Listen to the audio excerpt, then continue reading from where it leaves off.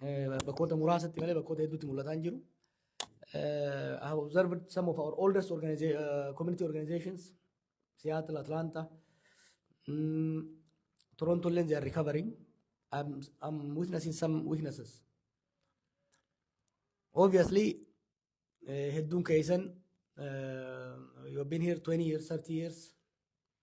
Baroota kana keessatti maybe ijoolleen teessanis barattee kolleejii seentee you might not see the need for the community organizations. Hedduun keessan immoo zamana kuulii keessaa baatanii professional hojii keessa seentanii business uummattaniitis gara independent ta'utti yoo deemtan maybe the relevance and the importance of the community might have diminished. But I want to advise you, community organization ni hedduu isin barbaachisa. Ijoolleen teessee yoo kolleejii fixaattee ijoollee ilmaan horuu teessi. Ilmaan siisan aadaa fi isaan irratti, eenyummaa isaanii irratti, amantii isaanii irratti guddisuun barbaachisaadha. Saniif immoo jaarmaa hawaasaa isin barbaachisa. Jaarmaa hawaasaa deeffattanii ijaaruun barbaachisaadha. Dhugaadhaa afooshaan waldaaleen amantii jijjiiraachuun gaariidha. Ta'us garuu hagoobara karaa haa ta'u. Atlanta, I remember Atlanta was one of the first. I think you guys bought the house even before Minnesota. Na fakkaate on dongoruu baadde amma dura. Amma garuu daran cimtanii argamuudha qabdanii. An assignment I have for you. Jaarmaa keessan deebisanii yoo jaartan malee gara fuulduraatis challenge gurguddaatu isin mudachuudhaaf ta'a. Hedduus Oromoodhaaf advokeet akka gootaniif Itoophiyaadhaaf advokeet akka gootaniif miti. Amma booda tolchinuu sammeessinuus waan Itoophiyaa achumatti affeelleen ta'e achuma bukeessinee ta'e achumatti tolchina. Hojiin guddaan nuti goone yoo jiraate qabsoo Oromoodhaa hirkattummaa diaasporaa jalaa baafnee jirra. We are not going to bother you too much. Hiriiraa fi daawunii fi UN jalaa aga tokko isin baafnee jirra. Jaarmoota biyya alaatii isin dararee hedduu isaanii biyya galchinee jirra. Maybe once in a while akkana dhufnee yoo isin irra baafne malee hedduu akka dursan hirkattummaan uummata keenyaaf qabsoo keenyaa uummata biyya alaatirraa biyya galee jira. However, biyyi teenyaaf uummanni keenya ammallee dantaa sanirraa qaban. Keessattuu in the long term rakkoo amma waraana keessa jiru kana keessaa baanee biyya san guddisuudhaaf beekumsi contributionii uummata keenya biyya alaa laafaa akka ta'u miti. Kana gochuudhaaf ammoo akka namaattis yoo dalaydan yoo jabaattan akka hawaasaattis yoo jabaattanidha. Kanaaf ammoo jaaramuun gurmaa'uun barbaachisaadha. Confusion amma ta'u qabsoo Oromoo keessatti baroota dabre kana keessa dhufe hamilee namoota harcaasee namoota mana galchuun waan yaadatamu waan hubatamu. Ta'us garuu mishina qabsoo mishina uummata kanaa mishina hawaasaa redefine godhanii tajaajila irratti fuulleeffatanii deemuun hedduu barbaachisaadha. Wanni adiraa isin jiru namoota jajjaboo jira. Faayoo fa'aa jira. Akkamitti magaalaa faayoo fa'aa jiran keessatti waldaan hawaasaa qabbana. It's very important. Akkuma kiyya dulloomtee siyaasiinis. Kanaaf push godhuu danda'uudha qabdanii jabaattanii hawaasa keessan jabeessuu qabdan dhaamsa jedhuun qaba. Waliigalatti I will open up for the discussions. Normally hoggana gaafatanii energize ta'a. Wanni kitaaba kana barreessee isinitti illee fideef yeroo hedduu yeroo waa qabbanaayan bikkarra irraa kaan namni waan hin yaadanneef at least during my lifetime wal'aansoon teenya eessarraa kaatee eessa geessee ijaan maaliin argee kallattiidhaan maaliin keessatti hirmaadhe ka jedhu katabee isin dhiyeesseen jira. Baatii lamaan tuur godhe kana keessatti kitaaba caalaa siyaasaa irratti fuulleeffanne namni hedduun kaas jirtanis bakka biraa jirtanis kitaaba isin arganne ta'a ka argattanis hin dubbifne anis xiyyeeffannoo guddaa contemporary political irratti focus waan hin godheef ilaalle ta'a. Gara fuulduraa hopefully kitaaba eega dubbiftan booda English version will also be out in a couple of weeks. bal'inaan keessatti mari'anna. I think there will be lessons to be learned for yourself, for your children. And what I want to encourage you is to write as well. Barreessaa seenaa keessan barreessaa ijoollee keessaniif kaayaa. It doesn't have to be a 500-page book, maybe a 100-page or a 3-hour audio. Story keessan yoo barreessitan waan hedduu isin fayyada. The process of writing the book, rereading, editing the book, helped me rediscover my own identity, my own strength and weakness. So I think my final message is really, namoonni keenya biyya alaa jirtan, Professor Muhammad irraa Ansee, Dr. Sintaayyoo, namoonni hedduun seenaa ajaa'ibaa keessa dabartan kana yoo barreessitan, I think it will inspire my children, your children, and our grandchildren and successive generation.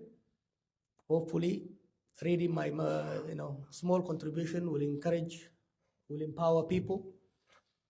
Kanwanja, I will drink a little more coffee while you are asking me questions. Hopefully, I will be pumped up a little bit. Again, Canadians should apologize for putting me in this condition. How much runs can?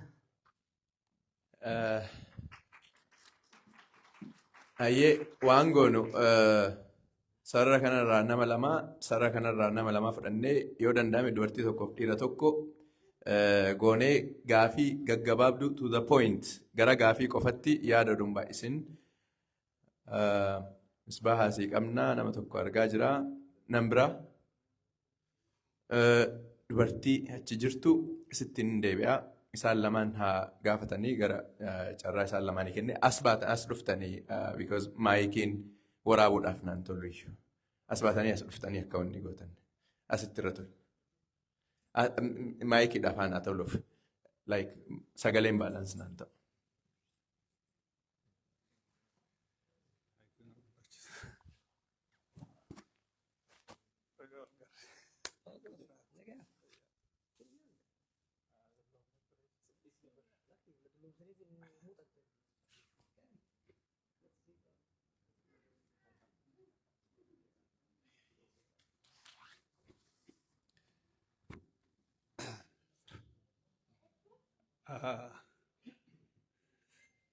Zach, Abdullah Matim Tikari, no Matim, and I don't care anything. Johar Bagawal Garre, Absot and Gaisa to Aluman to Re, Angatoko. Is it the Kotokotigama, Abson Casmot of the debate, Gamagama Legera, no Koran Toku? Is it a Kataka Cassi, a lucky Casimidi, lucky Cassijual Mormon Ligera? Demne no more Galintanya Tokumatino Badejera, Tanavina Mazas of Fecho Garte. Isaanis baga rabbiin rakkoo san keessas baase arrasuu wal garree it could have been worst yeroo ati mana hidhaa jirtu saniif isa yeroo uumame san keessatti eegatti galte we lost so many Oromoo qabsaa'ota dhabuun qabne dhabne eegatti baatee fi kana jidduttis qabsoo kana qaba jendeetuma ati san keessaa haftee baga asitti mul'attee fayyadabe. Egan kana jee wanni ninju baay'ee hin jiru har'a warra as jirruuf eebba kitaabaati waa'ee polotikaa baay'ee haasa'uu fi Jawaarillee dadhabsuuf miti waa'ee polotikaadhaa Oromoodhaa yoo kaafne bal'aadhaa guyyaan tokko nuun ga'u waa'ee polotikaa sanaa soonnee banee baruu barbaadu waan guyyaan kun waa'ee eebba kitaaba kanaa ta'eef kitaabni akkuma ati jette barruu qabsoo irraa manni Oromoo godhe keessatti osoo waa hedduun katabamee jiraate probably faayidaa guddaa irraa arganna turre. Kun ka jalqabaa ta'uu baatus waan kana dura katabamee fi waan amma barni barreesse kana keessaa waa hedduu arganne waan nu jajjabeessa rakkoo agarree fi dadhabina qabnus keessatti agarree kan waliin deemnu karaa itti waliin deemnu sanillee walitti mari'annu jeetiin abdadha. Haa ta'u yaadaan qabu jira. Atis jettee jirta namnillee jee jira. The Oromo situation around the keessatti as I might see it, it is rakkoo hudduubatti qabsoon teenya deebitee uummanni keenya mana galee abdiin muratee sanbira kutee bakkatti irkatullee dhabee karaa deemu wallaalee maaliif Oromoon maaliif qabsoo san keessatti namni kun dilli kun kadhume kun rakkoo Jawaar keessa dabree irraa walitti dabaltee maaliif kun ta'e jennee wal gaafachuullee dadhabne we just remained personally maraachuu waan akkasii san keessa seene. So kanaaf akkitti amma deemaa jirru kun har'a hawaasni keessa jirra sun warri as jirtan kun har'aan kana keessatti probably Jawaar rabbi ittiin godhan yoo Jawaar boru waa ta'e probably gabbaatanii Jawaarriif illee kan iyyatanii dan beebii xiqqoota. We are in that situation. Jawaar hidhamee jennaan biyya san keessatti intalli takka har'aan kana si jibbitullee akkasii jibbitu taasisu maal Beetaliheem tajaan takka. So she also kan gaafa Jawaar qabame Itoophiyaan ibiddaa qabataa je'etii yaadee ture jette. So siisoo wanni argite maali? Oromoo caal jette. Saad. Haacaaluun du'eeti har'aan kana keessatti kan boonyan jiru mana kana keessa haacaaluudhaafis we lost such a young person who rallied Oromo together as Jawaar. Haa ta'u immoo waan biraatiin deebi'a. Har'a Jawaariif wanni niin gaafii qabu akka gaafittis which concerns me also because qabsoon tun anaafis siifis waan takka. Atis kaastee jirta ati nam tokko probably anything can happen to me to you karaa rabbiitiinis karaa namaatiinis yoo har'a ati waa taate probably qabsoo tana waan ati itti jirtu kana namni itti fufu is there tokko. Akka kafaa'oo wajjin jirtuttiin beekaa ta'a. Kafaa'oo wajjin jirta jettiin dhaabni kee kafaa'oodha. Kafaa'oon waan ati amma ittiin deemtu kana are they supporting what? Are they supporting you behind you? One person is one person.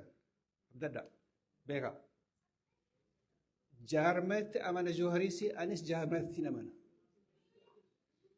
Politikaanis jaarmee malee hin deemu. Do you have jaarmee har'aan tana politikaa kee kana ammaan tana ittiin deema jettu kana wajjin itti deemtu qabda tokko. Of kafaa'oo wajjumaan kanatti jirta lama. I am happy if you establish a new organization to join you jechuu kiyya which promotes the Oromo struggle forward. Sani akeeka sanii jiramoo karaa nagayaa kadhati jettu kun akka nam tokkootti kophaateetitti kan itti ooftumoo how we going to proceed qabsoo Oromoo tana eessatti ofu jirra maal godhu deemna organizationiin Oromoo hammaan tana faca'ee jiru kun ammaa huni agartaa dhaabaanan keessa jiru wajjin haala keessa jiru ni agartaa biyya san keessatti waa takka godhuun amma akka jiru kana keessatti dadhabamee we couldn't promote anything hidha jira namuu biyya san keessatti. Waraana tokkicha kararaan tan argaara jiru malee. Let me talk man. Gitama wajjin lakki na dhagaye takkitti daqiiqaa takka naa kenni. Nin fita daqiiqaa takka. Waraana tokkicha arraan tana xiqqisha Oromoo biratti abdii qabatee mootummaa ammarraan tana jirullee waan tokko karaa bansiisu jiru kana alatti organizationiin cufti mana hidhaa jira. Kanaaf dhaabijanii wanni ati ittiin deemtu kun are you by yourself or you gonna have create godhu deemtamoo kafaa'oo wajji deemtamoo yookaanis uummata Oromoo kana walitti qabdee dhaabaa jiru kana walitti qabdee waa godhu deemtamoo how we gonna proceed qabsoo har'aan tana facaatee kana dadhabdee jirtu kana jechuu jirru kana kanumaan jaa kamaa wajji. Atin dapat juga. Kam Jawaar. Nagaa. Amma gaaffiin obboleessa keenya Jawaariif qabu baga nagaan deebitee baga nagaan asitti deebitee garuutu gaaffiin siif qabu takka uummanni Oromoodhaa karaa meeqaan dhumaadhaa hoggaa hundaa'u dura taa'aan isaaniidha Oromoodha. Minilik waan hin tahin dura taa'aan Oromoo hoggaa hundaa'u Oromoodha. Kadhumus Oromoodha. Garuutu kun amma akkaataan gartee uummatni keenya qabsoon teenyalleen itti fiixa hin baane Oromootu biyya bulchaa jiraa jedhama. Oromoon biyya bulchaa jirtii jedhaniiti addunyaan guutuun silaa Oromootu biyya bulchaa jira jedhaniiti itti dhiisanii garuutu Oromoodhaaf qabsaa'u hundinuu silaa Oromoo biyya bulchaa jira isin maaliif gartee biyya bulchuu qabna jettan keessantu biyya bulchaa jedhanii haala akkamiitiin Oromoodhaa miti ka biyya kana bulchu harka dhibbaan dhibbatti masaraan Minilik takka masaraa keessatti masaraan Minilik qotamtee ibjala hin kaayamne yeroo duraatiif jechaadha. Oduma gartee hundinuu gartee maqaa Oromoodhaa qabataniituma odoo gartee masaraa san ta'anii ummata fixaa turaniiti garuutu tun ta'ammaadhaa ta'addaati. Haala akkamiin Oromoo miti ka biyya bulchutti jiru amma akka Oromoon biyya nuuf bulchitu jennee akkamitti gartee fixna jechuudha. Ta'an immoo Mahammad Abdoosh ni jirta. Yusuf ni jira. Akkan Jawhariif itti yaaddawaa ture yoon hin kijibee as jiran. Yaaddawaa tureetiin hedduu yaaddawaa ture Jawhar gaafa as jiru. Yoon hin kijibe hedduun yaaddawaa ture akka biyya san hin dhayne Jawhar. Akka biyya san hin dhayne. Biyyiti sun ummata OPDO tana anjoollerraa hin guddisee nin beeka akka ummata gartee qottoo dabduu taate. Mukumaan falaxuuf malee waan takkaafillee hin taane isaan. Ummatni Tigreetuu ni beeka gartee afaan waliin hin beeknu kanumaaf itti fayyadamneetuma darbuudhaaf deemnaa ja'an himan jecha. Garuutu isaan hundatti himeetiin guyyaa tokko masgiida ummaatiyyaa fi abbaa mana kiyyaatu wajji dhaqee maaliif hin seenneen anjaan Jawhar du'uuf deema. Kunoo biyyatti deemuuf deema. Si wajjin haasawaa ture. Jennaani don't worry, he is brilliant guy naan jeen. Si tunaan jee moo wanni tunaan jee Yusuf tunaan jee. Jennaani please don't say that. He gonna die. Jeetiin akkasitti lakkisaa Jawhar kun gartee qabsoota naaf laffa'ee jira akka hin duune taa ummata keenya osoo hin jiru Jawhariin illee maaliin jeen itti dhufeetiin biyya hin dhaqeen biyya tanaan ummata kanan hin beekaa ummatni gartee OPDO'n tun badduudha taa hin jeen akkasitti biyya sanis osoo asii gartee osoo asii qabsaa irra caala. Gurbaa tokko agarsiiseeti Jawhar Mahammad abbaa biyyaa jeeti alaabaa kanaadhaa qabatee utaala ture san dura. Amma akkasittiin mee namicha kana laaliin jeen erbuun siyaa qabduun jeen yoo biyyatti deemte haala kanaan. Akkasitti biyyatti deeme garuutu nama hedduudha gartee nama hedduudha dhabne. Tun dhiisi taphaa mitii bara.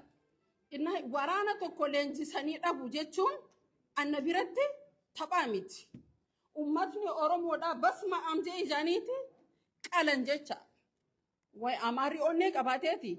Onnee teenya qabateeti malee ammas gartee mootummaan kuni lakki attanaan durallee namni hedduun illee akkasuma naan jaani yeroo tana naaf kenne. It's important. Maaliif wanni kun barbaachisa. Isa kanallee hanga fedhellee ilkee harreen dhiitteef nuti walillee dhiinu actually harreen dhiitteef ilkee walirraa hin jigsinee ja'an kaleessa yoo hoggaanni mana hidhaa jiru akkam turre rafnee buluu hin turre. Mirga fiitis kabajanii feetis kabajuun bareeda. Daqiiqaa hanga sii kan nama keessatti goolabe ammarraa daqiiqaa sadi fudhadhu. Oh, amma goolaba. It's okay. I can finish it. No, I can finish it. No, I can finish it. No, I used to. Because money and you mean gonna make a hilane. Min beka gadala to money.